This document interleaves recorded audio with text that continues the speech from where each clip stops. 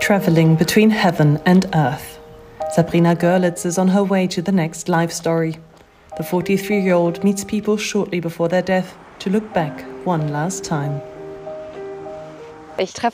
I'm about to meet Mrs. Görlitz. She's lived to a very old age. That means I have a great life of 87 years ahead of me. The challenge will be to boil it down to the essentials in about an hour. The two women have an appointment today at 11 o'clock at a hospice in Hamburg.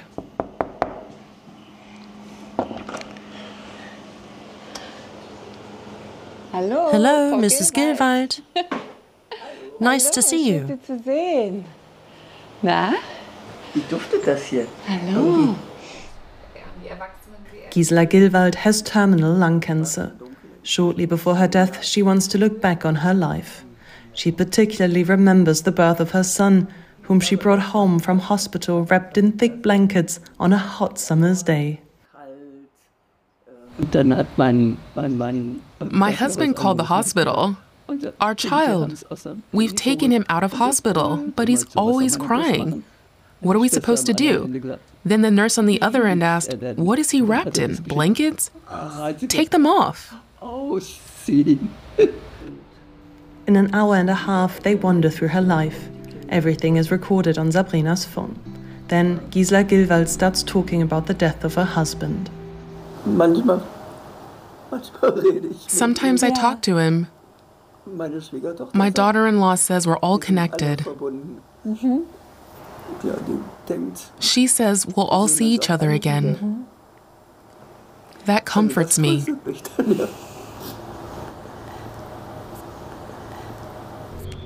Afterwards, Sabrina Görlitz writes everything down.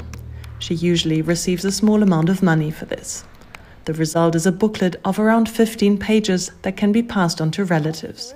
The hospice manager supports the project. The creation of this booklet makes it necessary for everyone involved to come to terms with the situation.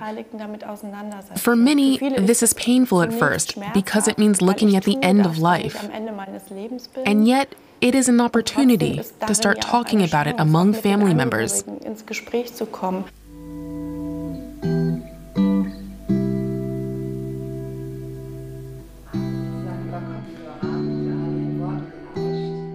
Two days later, daughter-in-law Verena Warstadt has also come to the hospice. Sabrina Görlitz will read out what Gisela has told her.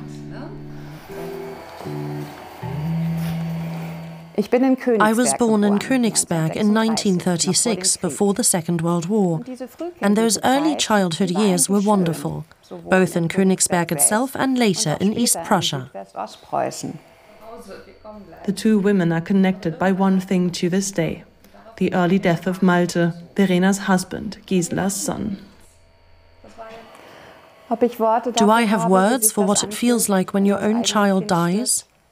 I think it makes a difference why a child dies. Whether it is a road accident or a serious illness. Well, drug addiction is also a serious illness, but I was expecting it for a long time. At some point, the body's just too weak from all of that stuff that it can't take anymore. Gisela Gilwald was able to relive the beautiful and difficult moments of her life. And she expresses a clear hope. It would be nice if Malte and Peter could welcome me up in heaven. They will. And those who stay here can think of me when they hear Traviata. Right at the beginning, they can think of me. Da können Sie an mich denken. We will. Thank you.